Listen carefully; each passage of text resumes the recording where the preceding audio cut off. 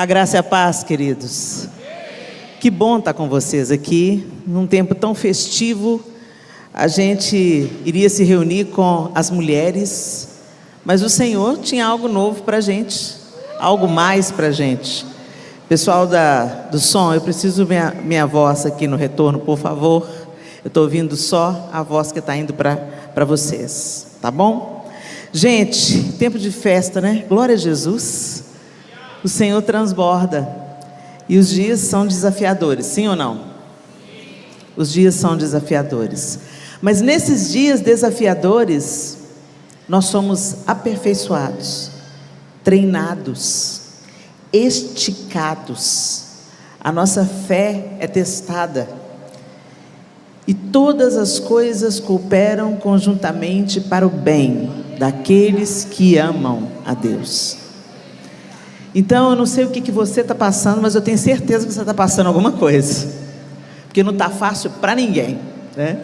Cada um de nós sabe o que acontece com os desafios diários, em família, no trabalho, na universidade, na família da fé, tantos desafios, no Brasil, na política, no mundo, nas guerras. Se a gente está minimamente conectado, a gente está vendo que há necessidades em todas as frentes, mas o Senhor quer que a nossa alegria e confiança sejam fortalecidos. A gente está feliz e crendo em dias que está tudo de acordo com aquilo que a gente quer, é fácil, certo ou não?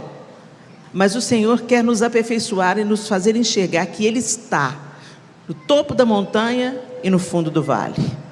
Você pode estar passando o que for, o Senhor quer que você saiba que Ele está com você todos os dias da sua vida.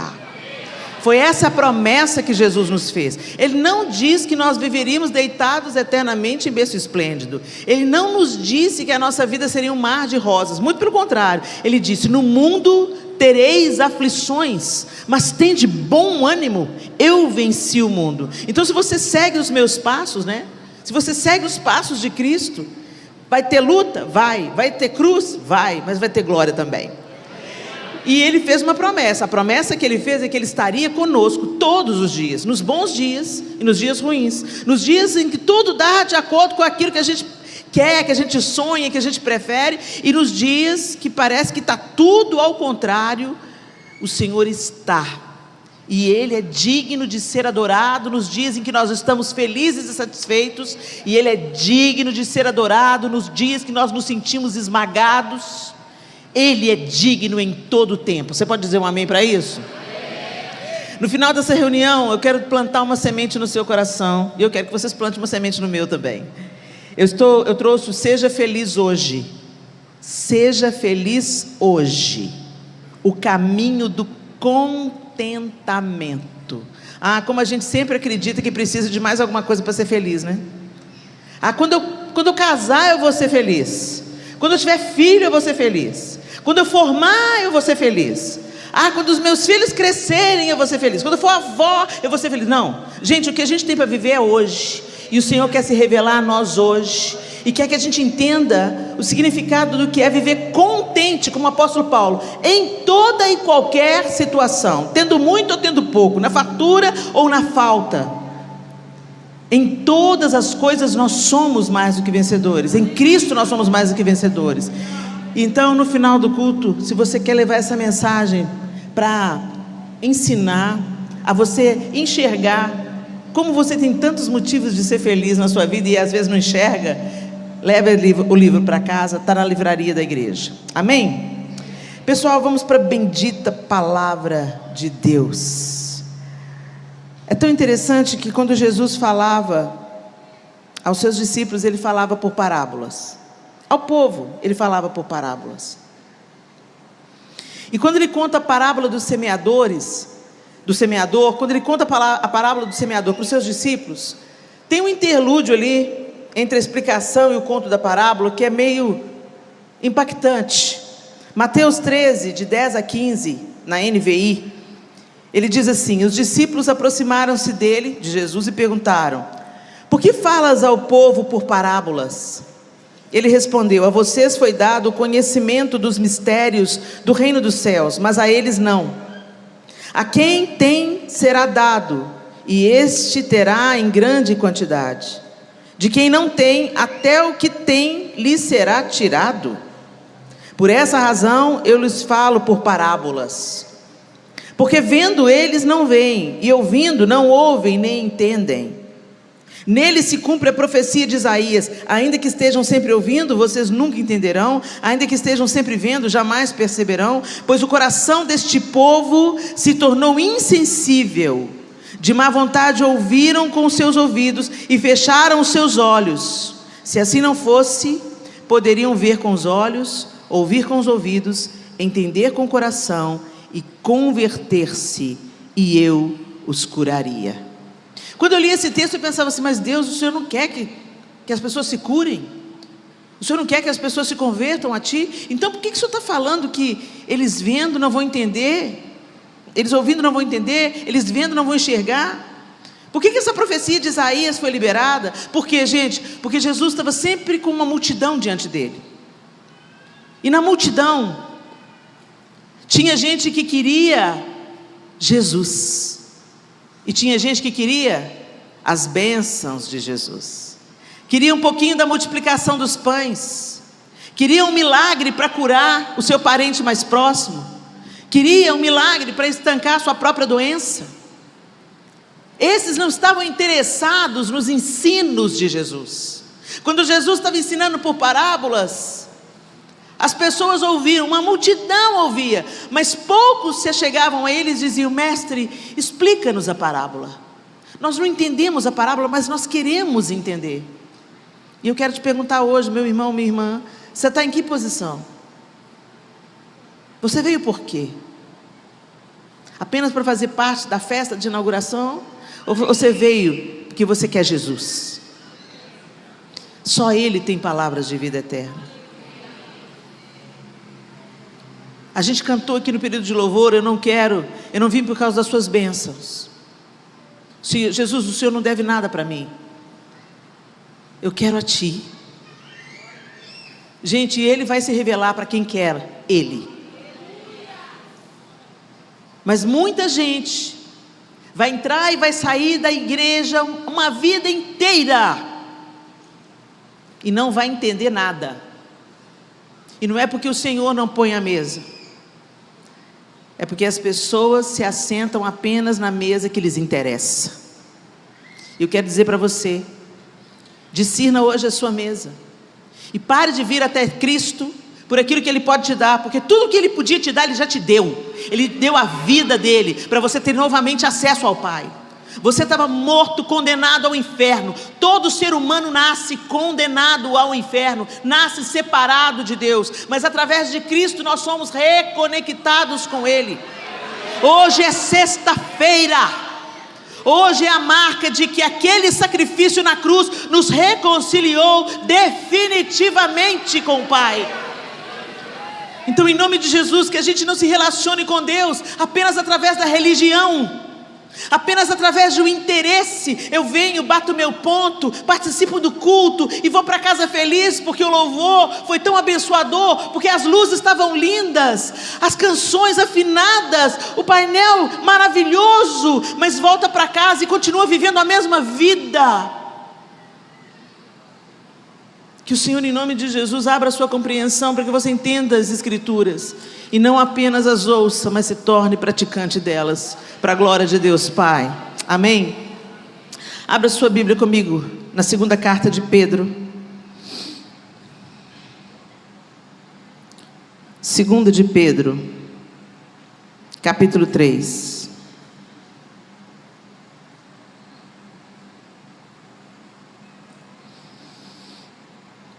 Amados, esta é agora a segunda carta que escrevo a vocês. Em ambas quero despertar com estas lembranças a sua mente sincera, para que vocês se recordem das palavras proferidas no passado pelos santos profetas e do mandamento de nosso Senhor e Salvador que os apóstolos ensinaram a vocês. Antes de tudo, saibam que nos últimos dias surgirão escarnecedores, zombando e seguindo suas próprias paixões. Eles dirão: o que houve com a promessa da sua vinda? Desde que os antepassados morreram, tudo continua como desde o princípio da criação. Mas eles deliberadamente se esquecem de que há muito tempo, pela palavra de Deus, existem céus e terra, esta formada da água e pela água. E pela água o mundo daquele tempo foi submerso e destruído. Pela mesma palavra, os céus e a terra que agora existem estão reservados para o fogo, guardados para o dia do juízo e para a destruição dos ímpios. Não se esqueçam disto, amados. Para o Senhor um dia é como 1000 anos, e 1000 anos como um dia. O Senhor não demora em cumprir a sua promessa, como julgam alguns. Ao contrário, Ele é paciente com vocês, não querendo que ninguém pereça, mas que todos cheguem ao arrependimento. O dia do Senhor, porém, virá como ladrão. Os céus desaparecerão como um grande estrondo. Os elementos serão desfeitos pelo calor, e a terra e tudo que há nela será desnudada.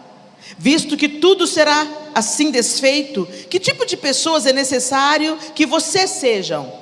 Vivam de maneira santa e piedosa, esperando o dia de Deus e apressando a sua vinda. Naquele dia, os céus serão desfeitos pelo fogo e os elementos se derreterão pelo calor. Todavia, de acordo com a sua promessa, esperamos novos céus e nova terra, onde habita a justiça. Portanto, amados, enquanto esperam estas coisas, empenhem-se para serem encontrados por Ele em paz, imaculados e inculpáveis. Tenham em mente que a paciência de nosso Senhor significa salvação, como também o nosso amado irmão Paulo escreveu a vocês, com a sabedoria que Deus lhe deu. Ele escreve da mesma forma em todas as suas cartas, falando nelas destes assuntos. Suas cartas contêm algumas coisas difíceis de entender, as quais os ignorantes e instáveis torcem, como também o fazem com as demais escrituras, para a própria destruição deles. Portanto, amados, sabendo disso, guardem-se para que não sejam levados pelo erro dos que não têm princípios morais, nem percam a sua firmeza e caiam. Cresçam, porém, na graça e no conhecimento de nosso Senhor e Salvador Jesus Cristo. A Ele seja glória agora e para sempre. Amém.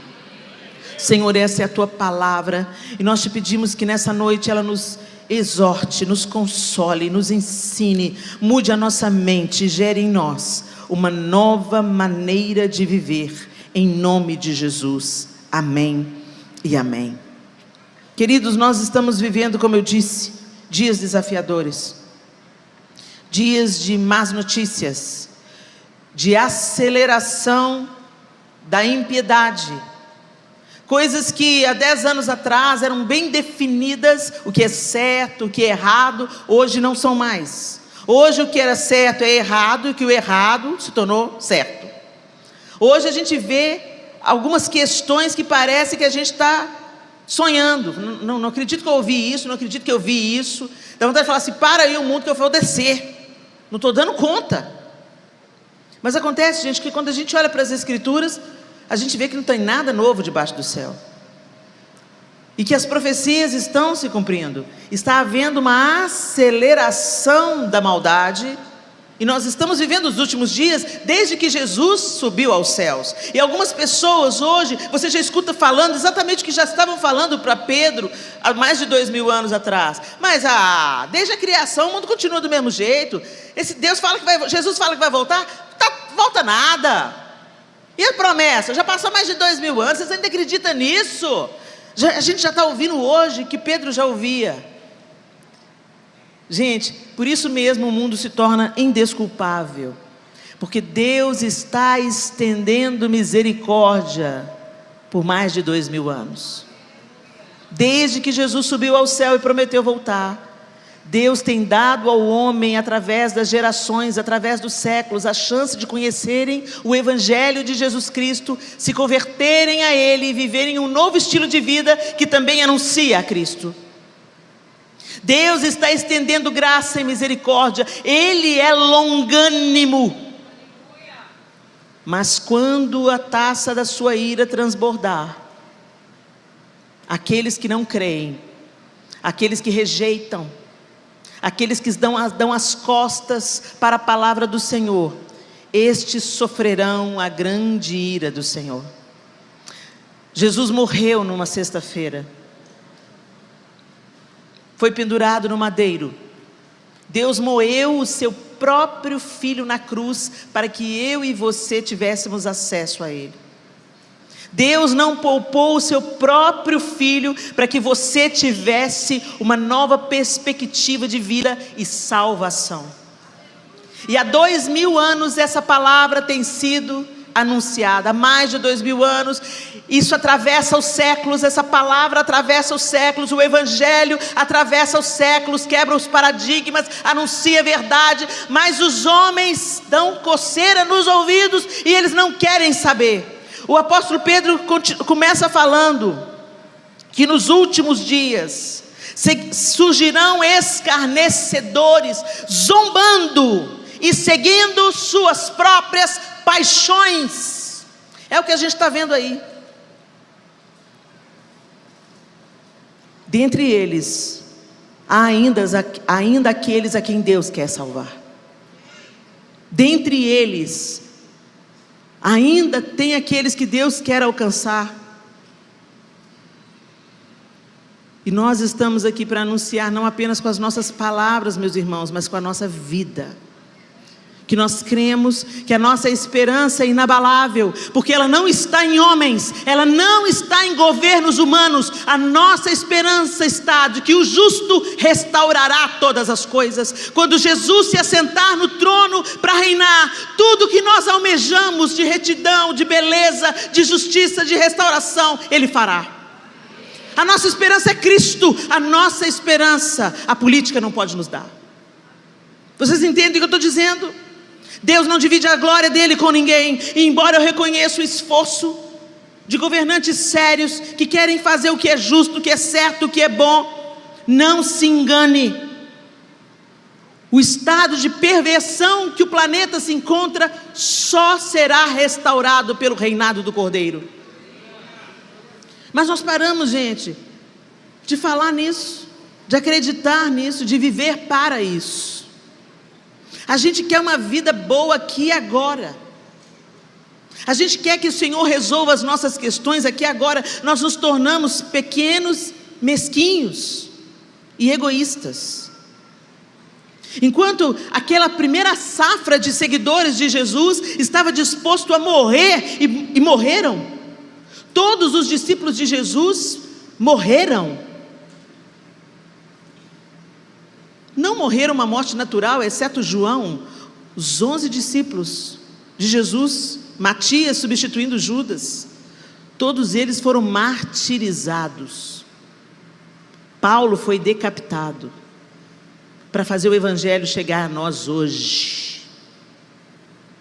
E nós não queremos morrer para a nossa própria vontade, meus queridos. Quanto mais morrer por Cristo. A gente não morre para o nosso desejo. A gente não morre para o nosso pecado. A gente não morre para as nossas preferências, para ter mais do Senhor. Gente, há algum tempo atrás eu fiz uma pesquisa perguntando para o pessoal, quem aqui já é crente há mais de um ano? Aí a maioria levantava a mão. Ok. Quem aqui já leu a Bíblia toda? 10% da igreja ficava de mão erguida.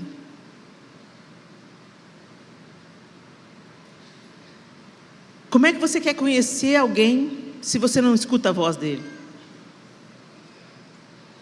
Você não conversa com ele. Quando eu oro, eu falo com Deus. Quando eu leio a Bíblia, Deus fala comigo. É diálogo. Mas a gente fala, não tenho tempo. E nós nos acomodamos aos prazeres desse mundo. E eu não estou falando dos prazeres pecaminosos não, gente. Eu estou falando dos prazeres cotidianos, das preferências, do entretenimento, daquilo que a gente gosta, daquilo que é legal. E eu não estou dizendo que você tem que viver uma vida sisuda e triste. Mas eu estou dizendo o seguinte, que aquilo que toma o lugar de Deus no nosso coração se chama idolatria. Aquilo que toma a primazia de Deus nos nossos dias se chama idolatria. E o diabo está nos mantendo bem entretidos e rasos. Entretidos e sem raízes. E quando nós não temos raízes, nós seremos abalados. Nós vamos sucumbir. Eu tenho pensado na perseguição chegando aqui no Ocidente, porque ela já existe no Oriente há muitos anos. Pessoas são decapitadas, queimadas e fuziladas por crerem em Jesus Cristo. Pessoas que no Egito, por exemplo, recebem uma Bíblia de presente. Elas recebem a Bíblia como um tesouro raro.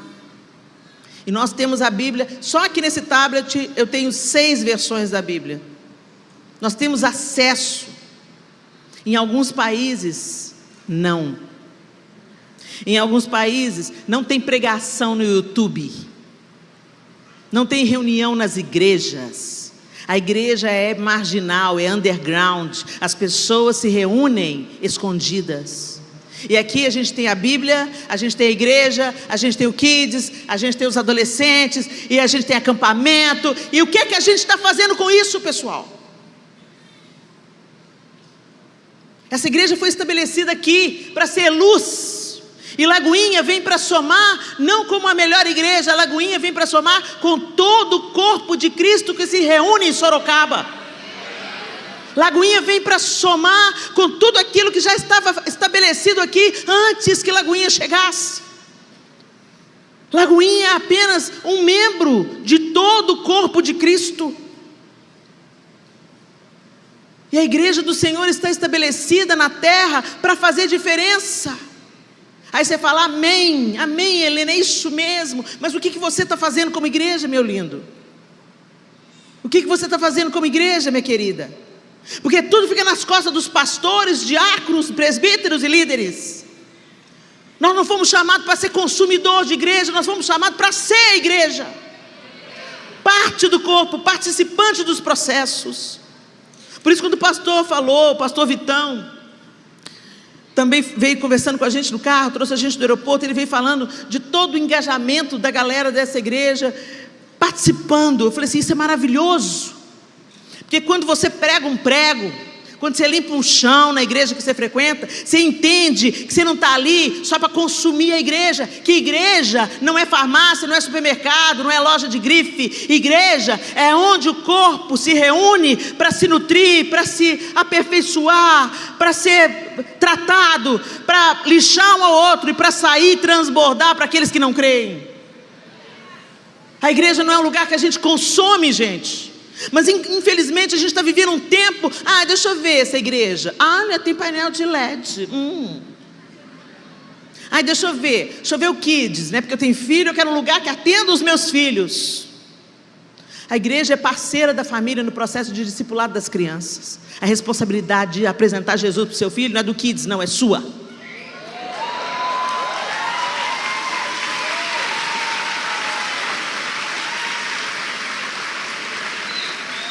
A igreja é participante. Quem tem que discipular os nossos filhos somos nós, porque é de nós que será cobrado. E eu sei do que eu estou falando. Então a gente tem que perder essa mentalidade. Hoje é o primeiro dia de culto da Lagoinha nesse novo espaço. Um espaço que Deus deu com tanta graça, pela pura necessidade, o outro lugar já não comportava, e bendito seja Deus, pessoas estão sendo salvas. Esse é o propósito da gente na terra, gente. A gente só está na terra ainda porque tem gente que Deus quer alcançar, que ainda não foi alcançado. Por isso que Pedro está falando nesse texto, a fim de que vocês permaneçam firmes e acelere a volta do Senhor. A gente quer que Jesus volte, não porque a gente ama a presença dele, a gente quer que ele volte para se tirar a gente da bagaça. Não, o mundo está ruim demais. Ora vem, Senhor Jesus. Gente, a noiva, ela quer o noivo. A noiva que só quer livrar da encrenca, não é noiva. É uma golpista, é golpe do baú. A noiva de Cristo, ela não quer a volta dele. Porque, vão acabar os problemas, Jesus vai estabelecer a justiça, haverão novos céus e nova terra, vai ser tudo maravilhoso. O que será que eu vou fazer na Nova Jerusalém? Qual que será a minha função, o meu trabalho? Como é que vai ser? Gente, porque vai ter uma vida, a gente não vai ficar lá só assim. Não. A nossa vida vai refletir a glória de Deus, a nossa vida vai ser em adoração a Deus, mas nós teremos funções, nós teremos responsabilidades e vai ser lindo. E eu mal posso esperar por isso. Mas sabe o que eu mais gosto de pensar? É que Jesus vai estar lá. A pessoa de Jesus. A gente fica aí assistindo The Chosen, né? E aí a gente fica todo mundo apaixonado lá pelo Jonathan. O Jonathan é picareta, pecador, igual a gente. Mas glória a Deus, ele está fazendo um papel muito, muito sensacional, né? Ele está fazendo muito bem, um grande ator. Agora você já parou, você está esse relacionamento com Jesus? Se você não se relaciona com Ele agora, você não vai desejar esse relacionamento mais próximo. Se você não namora, você não vai desejar o casamento. O dia que eu descobri que eu queria casar com o João, é o dia que eu não aguentava mais dar tchau para ele. A gente começou a namorar, a gente se gostava, e aí o namoro foi evoluindo, 1 ano, 2 anos, e aí a gente começou a falar no casamento, ele me pediu em casamento. Eu não aguentava mais despedir. Eu não aguentava mais dizer tchau, vai para sua casa, eu fico aqui na minha. Era doloroso a hora de dizer tchau. A gente foi se aprofundando num relacionamento de tal forma que a gente queria estar junto. E eu não estou falando só dessa junção sexual, não, gente. É o todo. A companhia, o dividir a vida, o compartilhar a jornada. A sensação mais gostosa que eu tive foi no dia seguinte da noite de núpcias, que nós dois entramos num ônibus em Belo Horizonte e fomos até Araxá, no Triângulo Mineiro, para a nossa lua de mel. E eu pensando, olhando para ele, pensando, que legal. É a primeira vez que eu estou viajando com ele sozinha, só nós dois, na nossa lua de mel. É isso que a gente deve almejar com Jesus, gente. A gente assiste o filme da Paixão de Cristo, chora.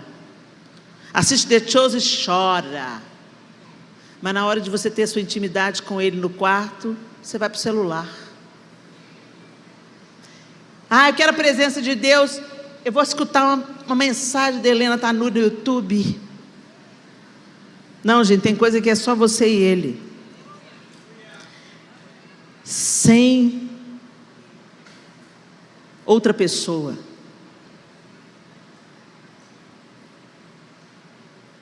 Entrar no seu quarto, fechar a sua porta, contemplar Deus, entender o que Ele quer de você, entender o que Ele está requerendo da sua vida com Ele, entendendo aquelas áreas na sua vida que Ele quer mover, que Ele quer curar, que Ele quer restaurar, que Ele quer estabelecer.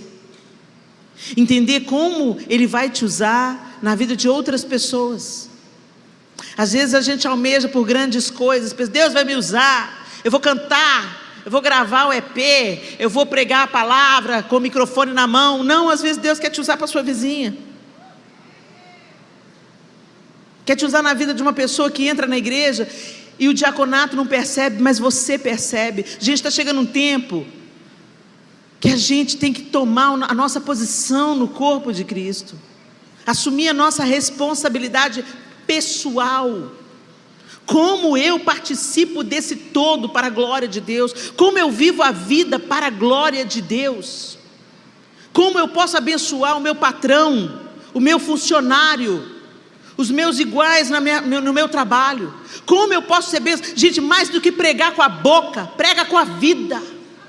Prega com amor, derrama amor sobre as pessoas, derrama consolo sobre as pessoas, abraça aquelas pessoas que precisam de um abraço. Quantos suicídios poderiam ser evitados se o povo de Deus estivesse conectado com o alto, ao invés de estar com o tablet, que não olha para o olho daquele que está sofrendo e não percebe que o comportamento dele está estranho. Estamos indiferentes, egoístas, autocentrados. E Deus está nos chamando para sermos seus discípulos. Frequentar uma igreja, meu irmão, não faz de você um discípulo de Jesus. O que acontece aqui no coletivo tem que acontecer no quarto, no privado, no secreto da sua vida. Quando as pessoas não estão te assistindo. O pessoal da adoração, do louvor aqui, eles têm que cantar para Jesus no secreto, senão isso aqui é só performance. Eu tenho que estar disposto a falar de Cristo para alguém que senta no meu lado no ônibus, porque se eu só falo de Cristo quando eu estou com o microfone na mão, isso aqui é só performance. Se eu sou uma bênção na igreja como diácono, como diaconisa, mas eu não frito um ovo para o meu marido em casa, isso é performance. O Senhor quer mudar a nossa vida primeiro dentro da nossa casa e fazer a gente transbordar por onde a gente andar, levando o perfume de Jesus Cristo. Pedro está nos exortando e dizendo no final desse texto que a gente deve crescer na graça e no conhecimento de Jesus. Crescer numericamente pode ser maravilhoso, mas eu quero te dizer, nem tudo que cresce é saudável. Nem tudo que você vê crescendo é saudável. Muitas vezes é inchaço. Quem incha também cresce, não é saúde. O que eu quero dizer é que Deus está interessado no crescimento da igreja, mas não um crescimento numérico. Ele está interessado em um crescimento na graça e no conhecimento de nosso Senhor Jesus Cristo, onde agora a palavra é direcionada para você, Lagoinha, Sorocaba. Você não é uma placa. A sua identidade, eu sou Lagoinha, Sorocaba. Não, eu sou de nosso Senhor Jesus Cristo. Essa é a sua identidade, e é ela que deve ser derramada. Glória a Deus por essa casa, glória a Deus por essa comunidade de fé, onde parte do corpo de Cristo se reúne. Eu quero te dizer, não seja bairrista, seja servo das outras igrejas, comunguem com as outras igrejas, sejam bênção para outras igrejas, sejam exemplo para outras igrejas, porque nós somos partes do mesmo corpo. E seja você igreja. Tem gente que fica lá na porta, aí entra uma pessoa mal cheirosa, descabelada, com indícios de que está alcoolizado, e aí a irmã olha e fala: sangue de Jesus tem poder. Cadê o diácono?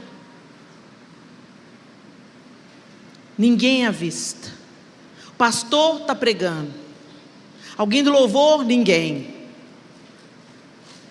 Aí a pessoa, ao invés de ajudar, fala: nossa, que igreja indiferente. Não, indiferente foi você, minha irmã, que você viu a situação e não fez nada. A gente tem que parar de transferir a responsabilidade, sabe, pessoal? A gente está vivendo um tempo que quem não faz nada, senta e fica criticando quem faz. Ah, gente, não gostei dessa luz. Ah, não gostei dessa pintura. Você veio aqui pintar? Então fica caladinho para Jesus te dar vitória.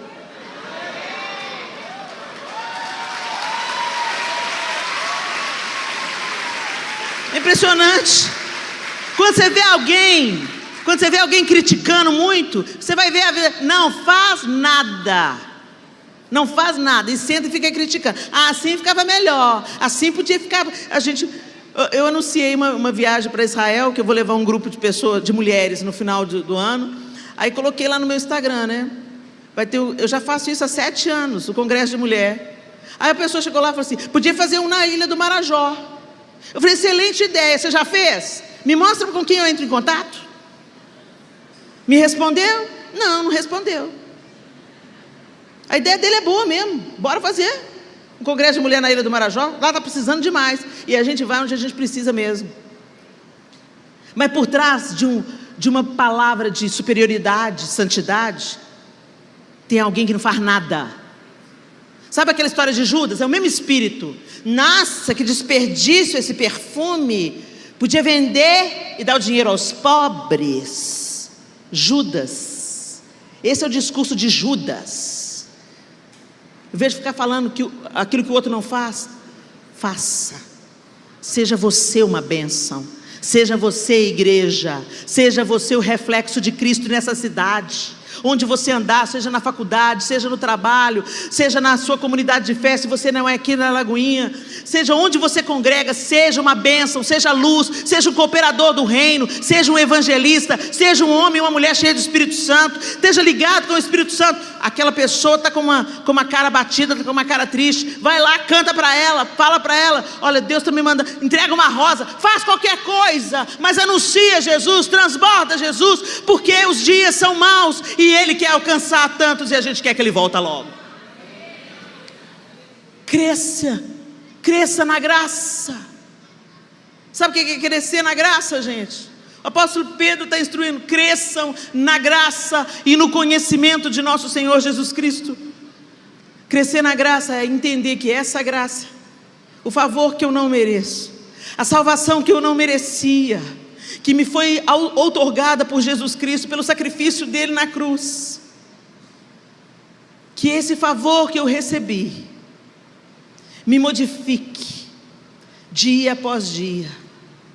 Cresça na graça, que a imagem de Jesus seja forjada em você dia após dia, que daqui a um mês você se pareça mais com Jesus do que você se parece hoje, que daqui a um ano você seja ainda mais parecido com Jesus do que você será daqui a um mês. Cresça na graça, vai crescendo, que a imagem de Jesus, as atitudes de Jesus, as reações de Jesus, as palavras de Jesus, o amor de Jesus te tome de tal maneira que a sua imagem vá sendo misturada com a dele. Há uns dias atrás eu vi um pastor, eu estava com um pastor, eu e o João estávamos fora do Brasil. Nós chegamos na igreja com o pastor. E o pastor desceu do carro e foi entrando no estacionamento. E a criançada: pastor, pastor, pastor. A criançada saindo do colo dos pais e vindo correndo para o pastor. Aquele pastor jovem. E ele brincando com a criançada, ele também pai de 2 crianças pequenas, e brincando com as meninadas, e eu olhando aquilo. E eu falei com a esposa dele: olha o cheiro de Jesus. Porque, gente, as crianças iam atrás de Jesus.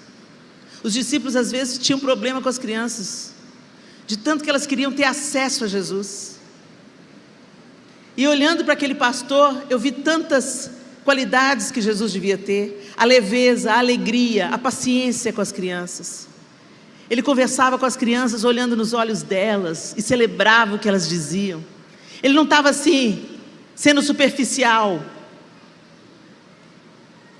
Ele estava sendo genuíno, olhando nos olhos daqueles meninos e meninas, e eles apaixonados pelo pastor. Eu falei assim: isso é cheiro de Jesus.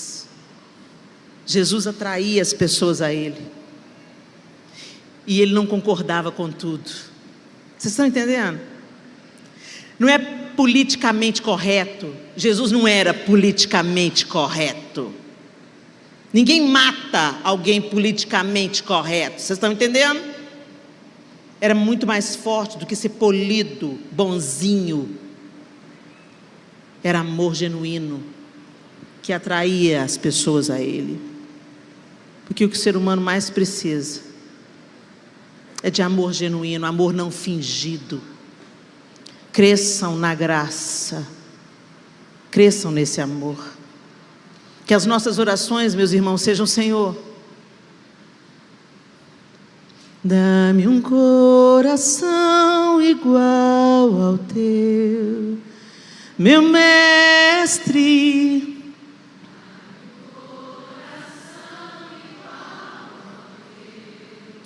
Coração disposto a obedecer, cumprir todo o teu querer. coração igual ao teu. Dá-nos, Senhor. Dá-nos um coração igual ao teu, Senhor. Cresçam, porém, na graça e no conhecimento. Meus irmãos, é urgente. Se você não conhecer a verdade, você será enganado. Se você não se encher da verdade, você será iludido. E conhecereis a verdade, e a verdade vos libertará, inclusive do engano. Gente, sabe o que é engano? Engano é o que parece genuíno, mas é falso. E como é que você sabe? Como é que você discerne entre uma pedra preciosa falsa e uma pedra preciosa verdadeira? Conhecendo a verdadeira. Quem conhece profundamente uma peça verdadeira, um metal precioso verdadeiro, o que é ouro verdadeiro, o que é diamante verdadeiro, diante da réplica, vai identificar a falsidade. Mas para identificar o que é falso, você precisa conhecer o que é verdadeiro. Por isso, meus queridos, nós precisamos de nos encher da palavra de Deus. Mais do que nunca, ela sempre foi distorcida, ela sempre foi perseguida. A Bíblia sempre foi um livro marginal, revolucionário, o mais vendido de todos os tempos, e continua sendo, mas o mais perseguido. Como ele incomoda, né, gente? Se ele não incomodasse tanto, as pessoas ficariam caladinhas sobre ele. Seria mais um livro, não concordo, e levariam suas vidas. Mas esse livro evidencia o nosso pecado. Se você constrói um prédio reto diante de um prédio torto, não tem como dizer que o prédio torto é certo. Por isso que as escrituras incomodam, a palavra de Deus confronta o pecado. Por isso que ela incomoda, e ela vai continuar incomodando, mas ela continua sendo a palavra de Deus, inerrante, poderosa, libertadora. As escrituras sagradas, um livro escrito em 1500 anos, 40 autores diferentes, em épocas diferentes, em culturas diferentes, numa mesma narrativa, apresentando para o Cristo de Deus, que foi formado num povo fundado em Abraão, nasceu, viveu, morreu, ressuscitou no terceiro dia e vai voltar. De Gênesis a Apocalipse é tudo sobre Cristo, é tudo sobre Jesus, é para a glória dele. Não se envergonhe desse livro. Não se envergonhe desse livro. E eu quero te dizer, saia da mediocridade. Esses livros são bons, livros inspirados na Bíblia, tantos autores maravilhosos, dos quais eu não sou digna nem de carregar as sandálias, mas eu quero dizer para você, há um livro insuperável, um livro sobrenatural, é a palavra de Deus. Você precisa de mergulhar nesse livro. Saia da mediocridade, compre uma linguagem acessível. A NVT é uma ótima tradução, a NVI é muito boa, a NVT ainda melhor na minha opinião.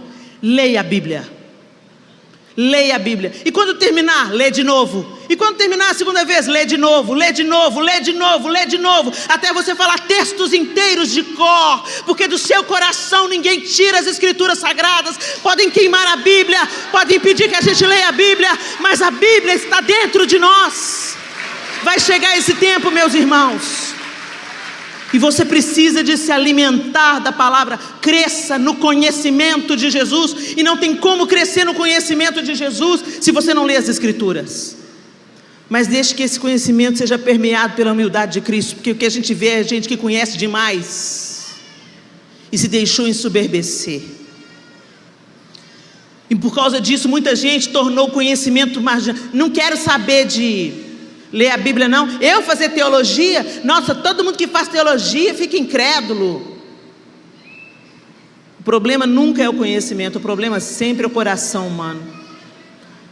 Vai para a Bíblia, compra uma tradução boa, abre e fala: Espírito Santo de Deus, me revela a sua palavra, me ensina quem tu és, me mostra a face amorosa de Deus, me firma na tua verdade.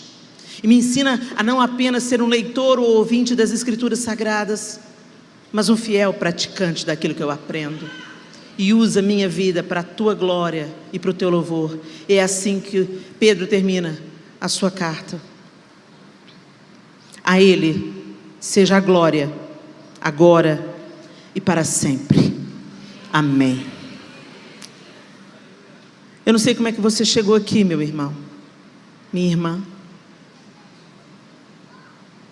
Talvez você não faça parte de nenhuma comunidade de fé. Talvez você veio convidado por alguém que já frequenta essa casa e quer te apresentar essa família. Mas eu quero te dizer uma coisa. Hoje é sexta-feira chamada Santa, sexta-feira da Paixão, onde os cristãos no mundo todo revivem, relembram a morte de Jesus Cristo, o Cordeiro sem manchas, que foi imolado para pagar a culpa que era nossa, e derramou o sangue perfeito para cobrir todos os nossos pecados e nos reconciliar com Deus Pai. Até Jesus, Deus era chamado de Deus, o Eterno, o Altíssimo, Jeová, Yahvé. Mas Jesus nos ensinou a chamar Deus de Pai. E Ele nos ensinou a orar, Pai Nosso. A nossa fé não é individualista, ela é coletiva. Embora Deus nos enxergue na nossa individualidade, aquilo que Ele faz na nossa vida não é só sobre nós, reverbera na vida de todos ao nosso redor. Por isso que o Pai não é meu, é Pai Nosso. Santificado seja o teu nome, venha o teu reino, seja feita a tua vontade, aqui na terra como no céu. O pão nosso de cada dia, sem ansiedade, de cada dia, nos dá hoje. E perdoa as nossas dívidas, assim como nós perdoamos aos nossos devedores. Para fazer essa oração, você tem que estar com o seu coração liberado com seu irmão. E não nos deixes cair em tentação, mas livra-nos do mal. Pois teu é o reino, o poder e a glória para sempre. Esse Jesus que veio, nascido de uma virgem, cresceu, anunciou a verdade, morreu e ressuscitou, prometeu que vai voltar. Mas Ele vai voltar para os seus. Para nós que cremos e abrimos o nosso coração para esse sacrifício bendito, e que temos procurado crescer na graça e no conhecimento de nosso Senhor Jesus Cristo, a volta dEle não é o nosso desespero, não é a angústia, não é o medo. A volta dEle é o nosso anseio, a nossa esperança, a nossa expectativa. Ora vem, Senhor Jesus. Mas para aqueles que não creem, será um dia terrível, como no mesmo texto Pedro descreveu, um tempo de juízo e tormento. E você precisa de ter essa consciência para fazer a sua escolha. As fileiras dos exércitos já estão se desenhando, eu não sei se vocês percebem claramente. As fileiras dos exércitos, daqueles que pertencem à luz e daqueles que pertencem às trevas. Mas o Senhor continua estendendo graça e misericórdia. Ele tem a expectativa de que muitos daqueles que estão nas trevas passem para a luz, passem para o exército da luz. E não se engane, o exército das trevas também está trabalhando para saquear o exército da luz. Muitos apostatarão da fé e negarão a Cristo. Por isso nós precisamos de nos fortalecer de sermos treinados e aperfeiçoados nele, para continuarmos firmes até o fim. Seja o fim com a sua volta nos ares, ou seja o fim do nosso chamamento pela morte. Que estejamos prontos, meus irmãos. E eu quero perguntar para você, que nunca fez essa oração de entrega da sua vida a Jesus Cristo: você está pronto? Você sabe a qual lado você pertence? De que exército você faz parte? Você já caminha com Jesus Cristo? Ele é o Senhor da sua vida. Você disse a Ele: Senhor, eu creio no Teu sacrifício na cruz, eu creio que o Senhor veio fazer reconciliação comigo e Deus Pai, e eu aceito esse sacrifício e essa reconciliação. Eu quero ser feito filho de Deus a partir de hoje. Você já fez essa oração? Se você não fez essa oração na sua vida, você nunca fez uma oração, você crê em Jesus, você crê que Ele veio, que Ele é Filho de Deus, que Ele morreu e ressuscitou, você crê nisso tudo. Às vezes você aprendeu isso por cultura. O nosso país é um país católico, cristão, evangélico. Você escutou isso, que Jesus é Filho de Deus, desde que você era pequeno. Não é disso que eu estou falando. Eu não estou falando sobre conhecer a história de Jesus, eu estou falando sobre conhecer o Jesus da história, sobre crer que Ele é o Filho de Deus, e sobre aceitar esse sacrifício, e entender que você precisa de salvação. Salvação de quê, Helena? Salvação do seu estado de separação de Deus. Se você não está em Cristo, você está separado de Deus. Helena, mas eu faço boas obras, eu tenho um orfanato, eu ajudo os mais pobres. As boas obras não podem te salvar. Eu que digo, não, a Bíblia que diz. Ninguém é salvo pelas obras para que ninguém se glorie em si mesmo. As obras, elas são resultado da bondade e da misericórdia de Deus em nós, da atuação dele em nós. Mas nós precisamos de nos aliançar com Ele. Vocês estão entendendo, gente? Eu estou falando uma linguagem clara para vocês? E às vezes você frequenta a igreja. Você é da igreja evangélica? Ah, eu nasci num berço evangélico. Deus não tem neto não, querido. Não é porque seus pais servem a Deus que você já é filho de Deus. Você precisa de ter uma experiência, uma entrega pessoal. A salvação é individual. Eu não posso salvar o meu marido, eu não posso salvar os meus filhos. Só Cristo pode. Por isso eu quero perguntar nessa noite: tem alguém aqui? Eu queria que todos nós fechássemos os olhos, para que não houvesse nenhum tipo de constrangimento e que a gente ficasse em oração. Nos dê, Jesus, um coração como o teu. Todos orando agora. Evite de andar, por favor. Esse é um momento solene, um momento importante. Espírito de Deus, tenha liberdade no nosso meio, para fazer o que só o Senhor pode. Às vezes você nasceu no Evangelho, mas você nunca fez uma oração confessando que Jesus Cristo é Filho de Deus, Pai, e aceitando essa reconciliação, dizendo: Senhor, eu quero que o Senhor reine sobre a minha vida, reine sobre os meus dias. Eu não estou te chamando para uma religião, meu irmão.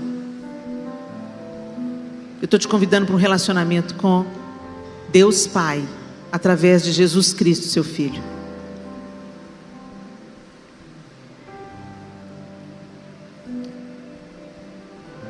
Talvez você pratique uma outra religião e veio aqui como visitante, e você diga: não, todos os caminhos levam a Deus, todas as religiões levam a Deus. Eu quero te dizer, nenhuma religião leva a Deus. As religiões são ótimas,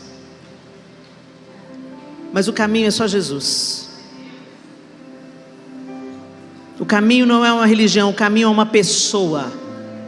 Por isso que Jesus diz: eu sou o caminho. Artigo definido, o. Não é um dos, o. Eu sou o caminho, a verdade e a vida. Ninguém vem ao Pai a não ser por mim. Só Cristo é o caminho que te leva de volta a Deus, o seu Criador. E para isso você tem que abrir o seu coração, e por mais simples que seja, é altamente poderoso. Crer no seu coração que Jesus é o Filho de Deus, e entregar a sua vida a Ele e dizer: Senhor, eu quero que o Senhor escreva o meu nome no livro da vida. Eu quero ser contado com aqueles que te amam, que creem no Senhor e que aguardam a tua vinda. Eu quero que todos os meus dias sejam dirigidos pelo Senhor, e que o Senhor me ensine a viver uma vida que dignifique o Senhor, glorifique o teu nome, expanda o teu reino e sirva ao próximo. Se você nunca fez essa oração, todos de olhos fechados, por favor. Se você nunca fez essa oração, entregando a sua vida a Jesus Cristo, confessando publicamente que Ele é o seu Salvador, eu queria que você levantasse a sua mão no seu lugar, e eu queria orar por você. Que não haja constrangimento nenhum nessa hora, porque Jesus disse: aquele que me confessar diante dos homens, eu também o confessarei diante do meu Pai que está nos céus. Amém, aleluia, glória a Deus. Continua com sua mão erguida. Amém, o Senhor te abençoe, o Senhor te abençoe, aleluia. Eu queria te pedir algo, que todos nós ficássemos de pé agora, para facilitar. Eu queria que você que levantou a sua mão, que você saísse do seu lugar e que você viesse aqui à frente, bem pertinho aqui da plataforma, à frente das crianças aqui, que você viesse aqui. Nós queremos orar como igreja, nós queremos orar por você, pela sua família, e queremos te dar a oportunidade de fazer essa oração publicamente, abrindo o seu coração para Jesus. Aleluia, aleluia, glória a Deus, glória a Deus. Vem, ainda tem tempo, pode vir, pode vir. Vocês que vieram aqui à frente, gostaria que vocês olhassem para mim aqui só um minutinho. Igreja, estenda suas mãos para cá, fiquem em oração por essas pessoas. É um momento solene. Aqui é um marco entre a vida e a morte, gente. Eu queria que vocês que estão vindo aqui à frente, para publicamente assumirem Jesus, sabe? Jesus disse, Ele disse claramente assim: aquele que me confessar diante dos homens, eu também o confessarei diante de meu Pai. Então, quando você saiu do seu lugar e você veio e você falou: Jesus, eu não tenho vergonha do Senhor, eu estou te assumindo, e eu quero que o Senhor me assuma também. Então eu quero que você olhe para mim aqui agora, você que veio para fazer essa decisão, e que você repetisse uma oração comigo, mas que você repetisse em fé. Espere eu falar, vê se você concorda com o que eu estou falando, e aí você repete. Faça isso conscientemente, não levianamente, tá bom? E você, igreja, fique em oração. Senhor Deus Todo-Poderoso, eu estou na Tua presença, porque eu creio que Jesus Cristo é Teu Filho. Publicamente eu confesso que eu creio que Jesus Cristo é Teu Filho. Eu creio que Ele morreu, que Ele ressuscitou e que Ele vai voltar. Eu quero ser achado, justificado. Perdoa os meus pecados, limpa-me da minha vergonha e impureza. Eu não tenho capacidade de salvar a mim mesmo, mas eu creio no Teu poder, e eu entrego meu coração. Eu recebo o perdão dos meus pecados, e eu te peço, escreve o meu nome no livro da vida. A partir de hoje, eu quero ser feito filho de Deus, no sacrifício de Jesus, no sangue de Jesus. Eu me lavo hoje, e a partir de hoje, sou chamado seu filho. Em nome de Jesus eu oro. Amém. Agora, igreja, vocês é que vão orar. Estenda a sua mão. Estende a sua mão. E repete comigo, igreja. Senhor Deus, como tua igreja reunida neste lugar, nós selamos este momento. Nós abençoamos nossos novos irmãos e te pedimos, santifica-os na verdade, ensina-os na verdade, fortalece cada um deles, entra na casa de cada um deles, com a tua salvação e com a tua paz. Coloca em ordem o que está em desordem, e como igreja do Senhor, nós os abençoamos para avançar, para prosperar, em nome de Jesus. Amém. Aleluia. Queridos, foi uma alegria tão grande estar com vocês. Eu gostaria de abraçar cada um, mas eu não consigo. Então abraça alguém que está do seu lado e fala assim: esse é o abraço da Helena. Abraça aí. Abraço apertado. A Helena mandou um abração para você. E que o Senhor nos fortaleça, que você seja encorajado, fortalecido. E por um momento eu quero que você me escute.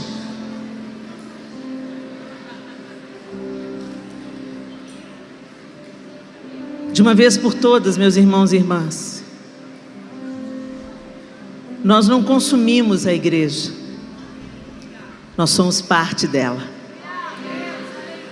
Que você seja luz por onde você passar, que o seu abraço cure, que a sua boca manifeste a esperança e a glória de Deus, que você seja um profeta da vida em meio ao caos, que você esperance o coração das pessoas, que o Senhor te use como um instrumento de encorajamento, que você seja reto, honesto, nos mínimos detalhes da sua vida, que a sua palavra seja sim, sim ou não, não, que a verdade seja a sua marca, e que os traços do oleiro, as digitais do oleiro,